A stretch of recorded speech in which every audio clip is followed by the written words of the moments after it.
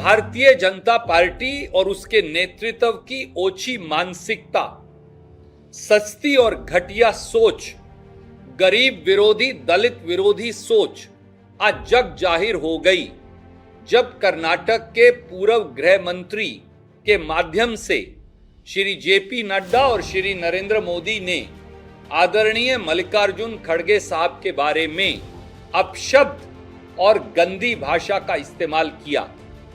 Bharatiya Janata party के नेता कहते हैं कि उन्हें श्री मल्लिकार्जुन खड़गे की चमड़ी जो है वो काली और गहरे काले रंग की नजर आती है, जैसे जल गई हो।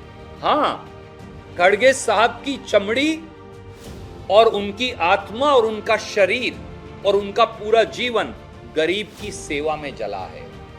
पर ये अंग्रेज के पिट्ठू भारतीय जनता पार्टी के लोग नहीं समझ पाएंगे।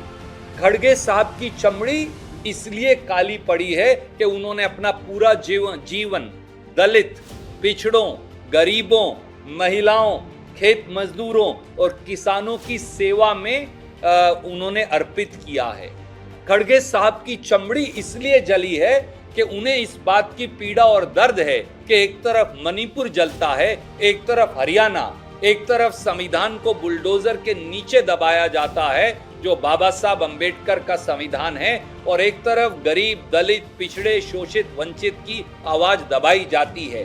खड़गे साहब की चमड़ी शायद इसलिए काली पड़ी है क्योंकि उन्हें, जो हमारी महिलाएं हैं, उनके घर में जो बजट बिगड़ा है महंगाई से, उन्हें उसकी चिंता है। उन्हें हमारे नौजवान बेटे और बेटियों की बेरोजगारी की चिंता है।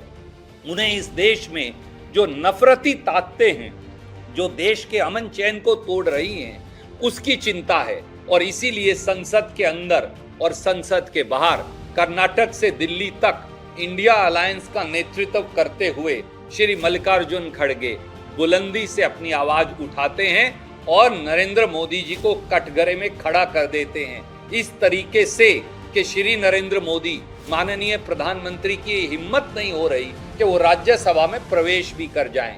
इन सब से विचलित होकर श्री नरेंद्र मोदी जी और श्री जेपी नड्डा जी ने अब अपने पिछलग्गू छुटभइये नेताओं को, पूर्व गृह मंत्री कर्नाटक को, इस प्रकार की अनर्गल, गंदी, ओछी और सस्ती बातें कहने के लिए उन्होंने छोड़ दिया है। पर वो जान लें कि ये इस देश के दलित का अपमान है, ये इस देश के गरीब का अपमान है, इस देश के पिछड़े और आदिवासी का अपमान है, इस देश के हर मेहनतकश व्यक्ति का अपमान है। और ये अपमान इस देश का गरीब कभी स्वीकार नहीं करेगा। कानूनी कार्रवाई भी होगी और जनता की अदालत में भी फैसला होगा।